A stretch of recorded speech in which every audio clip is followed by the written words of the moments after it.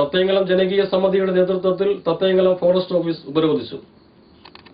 തത്തയങ്കലം ജനകീയ സമിതിയുടെ നേതൃത്വത്തിൽ തത്തയങ്കലം ഫോറസ്റ്റ് ഓഫീസ് ഉപരോധിച്ചു.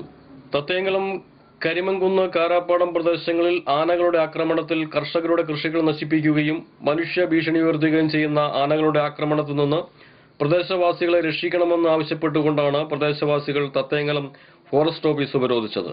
പുളിഞ്ചോട് ഭാഗത്തുനിന്ന് പ്രതിഷേധക്കാർ പ്രകടനമായി എത്തിയാണ് ഫോറസ്റ്റ് ഓഫീസ് ഉപരോധിച്ചത്.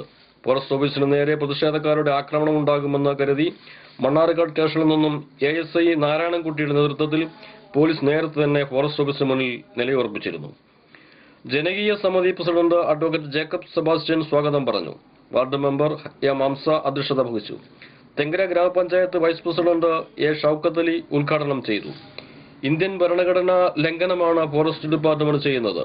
മനുഷ്യന്റെ ജീവനും സ്വത്തിനും സംരക്ഷണം നൽകണമെന്ന് ഭരണഘടനാ വ്യവസ്ഥ ചെയ്യുന്ന ഈ നിയമം നിലനിൽക്കുന്ന ഈ രാജ്യത്ത് മനുഷ്യന്റെ ജീവനും സ്വത്തും എവിടെയാണ് സംരക്ഷിക്കപ്പെടുന്നതെന്ന് ഉത്തരവാദിത്തപ്പെട്ടവർ വ്യക്തമാക്കണമെന്നും ഈ സൂചനാ സമരം കൊണ്ട് സമരം പ്രതിവിധി കണ്ടില്ല എങ്കിൽ മണ്ണാർക്കാട് ടൗണിലേക്ക് കുടുംബവുമായി ഇറങ്ങി ഹൈവേ റോഡ് ഉപരോധിക്കുമെന്നും ഉദ്ഘാടനം ചെയ്തുകൊണ്ട് ഷൌക്കത്ത് അലി പറഞ്ഞു. പരിപാടിയിൽ കുമരംപുത്തൂർ പഞ്ചായത്ത് വാർഡ് മെമ്പർ ജോസ് കൊല്ലിയിലും പങ്കെടുത്ത് പ്രസംഗിച്ചു.